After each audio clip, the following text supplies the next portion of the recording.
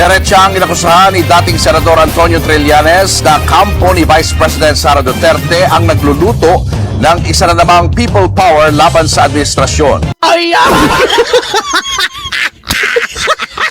Di naman mi maski pebaloon ni mo na drill kay lisod pudog si BBI magbuhat o rally para patalsikin siya. Sumogin na yung una-una nga si BP Sara pero naistorya ang BP Sara dire nga nindot yung paminahon, no? Tinuod nga naay mga plano nga patalsikin siguro sa PBBM pero dili nagikang Sara, gikan sa mga supporter ni BP Sara. Anthony Sarmiento Yamit. Ilang nakita nga ayo ang pagdumala siguro. Muna nga nakahiusa sila nga kumahimo pababaon sa pwesto si BBM. Punto de vista. Pero nga nung moingon ko nga wagi kalabutan si BP Sara ani kay kung napay kalabutan dugay ra ni siyang nibaro ko eh. Dili manghilabot apan manginlabot. Mora ba nagipabot sa mga supporter nga mo barogid siya mo stand siya diha nga makig-fight against sa administrasyon karon ug makig-uban na ng mga tawo nga nang girali diha. Muna gusto sa mga supporters ni BP Sara. Anthony Sarmiento Yamit.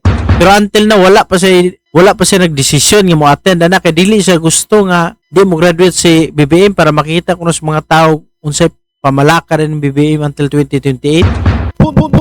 Punto de vista. Munang kinistriyan sumuingon siya nga kabalo siya nga ang hinungdan kuno sa rally si BP Sara nga sa mo'y nagplano sayop ka trail. Pero ngayon ka nga mga supporters ni BP Sara mo hinungdan nga nung garali nga gusto patalsikon mo to mirana pero ngayon ka nga si Sara mismo ang nangulo da dili eh. Anthony Sarmiento Yamit. Diya ka na sipiat gamay mo na nga pag-una sa before ka magpadayag sa imuhang gibati diha. Punto de vista. Pero si VP Sara, ginit na walang planong agawin ang posisyon ni Pangulong Bongbong Marcos. Nasa frontline na balitang yan si Mobile Journal Alexis Ebue. At hindi ko din gusto yon. Hindi ko gusto agawin yung posisyon ni Bongbong Marcos. Gusto ko makita ng taong bayan hanggang sa dulo kung gaano ka walang hiya si BBM. Anthony Sarmiento Yamit. Kita ni mo na trail. Ang gusto ni BP Sara nga mahuman si BBM sa termino until 2028 kung makahuman manggaling muna iyang gusto aron makita kuno sa mga tao kung unsa ba siya ka epektibo nga leader. Anthony Sarmiento Yamit. Ang problema ni 28 di na nimo baba. Na diha ka na gid ma entonces. Sa talang tanawon kung maabot mga sa 2028 kay mamuning gusto ni BP Sara ang maabot siya diha ato obserbahan pero kung di gid siya kaabot wag gid siya swerte. Diba? So ato ni siyang tanawon kay si BP Sara mismo sa iyang baba ningon siya nga gusto na nga mahuman sa termino para makita sa mga tao kung sa siya ka-epektibo nga leader. Anthony Sarmiento Yamit. So okay na tada trail. Ako agree ko sa mga ingon ha nga kanang girali mga tao ng BP Sara pero dili na utok ni BP Sara utok na sa mga supporter nga until now perting basol-basol nga nung gisuportahan na BBM. Pero humanam na nga issue so diri na lang ta pero pag ingon nga BP Sara ang utok na kay kung siya pa nang ulo na hagbay ra nang ni Barog. Anthony Sarmiento Yamit. Yan ang diretsang sagot ni Vice President Sara Duterte sa umuugong na panawagan umano ng ilang retiradong sundalo at grupo na si VP Sara ang manguna sa nilulutong umanong people power. Pero ayon mismo kay Duterte, wala siyang balak gawin yan lalo't na nung pa siya nagdepensahan ng konstitusyon. So, wala sa aking mga kamay ang pagsasagawa ng extra constitutional means, no, to overthrow the current administration.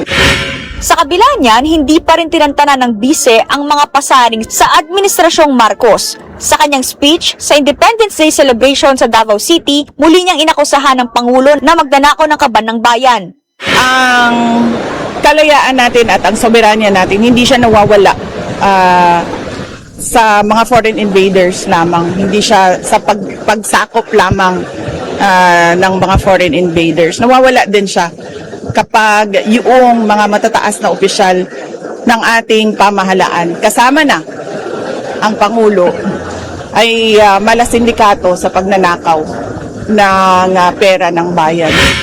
Ang mga pahayag ni VP Sara, taliwas sa naging akusasyon ni dating Senator Antonio Trillanes na kampo ng bise ang nagsusulong ng destabilisasyon sa Administrasyong Marcos. Ang aming impormasyon ay naghahanap sila ng political trigger. Create a political impasse, then magmomobilize sila ng mga tao, tapos they're going to hope na may magwi-withdraw ng support sa AFP para install si Sara, patalsikin si President Marcos. Ganon yung template. Similar to what they did no EDSA docs.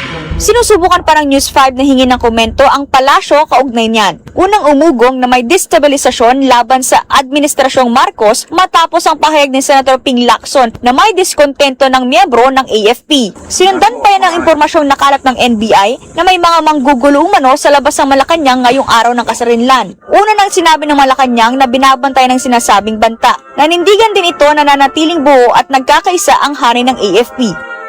Ang sabi po mismo ng pamunuan ng AFP ay wala silang nakukuhang anumang detalye o impormasyon patungkol dito, pero syempre may ugong-ugong at ito naman din ay kanilang binabantayan. Hindi po kinakailangan, according to AFP, ng loyalty check dahil alam po nila ang kanilang mandato para sa bayan at na naaayon sa konstitusyon.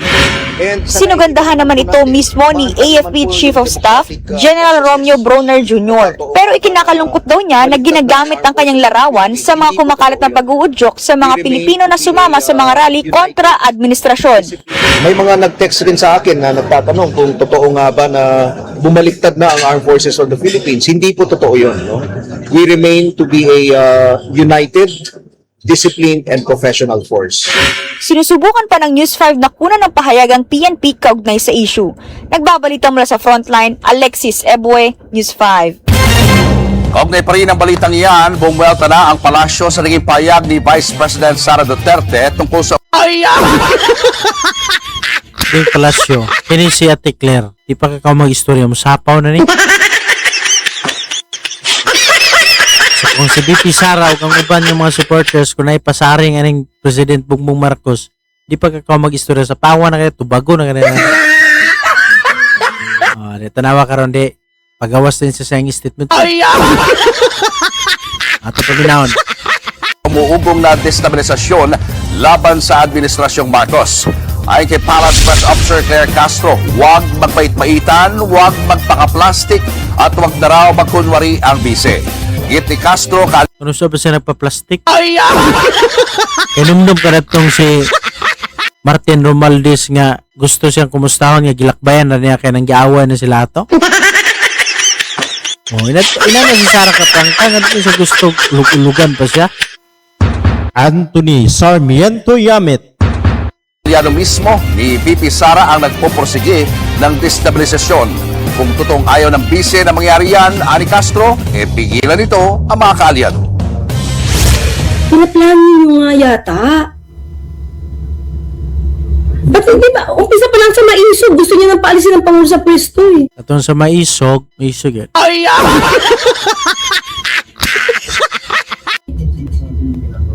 Iba yung sinasabi mo, iba yung ginagawa mo. Pero every time nagsasalita ka, nahuhuli ka.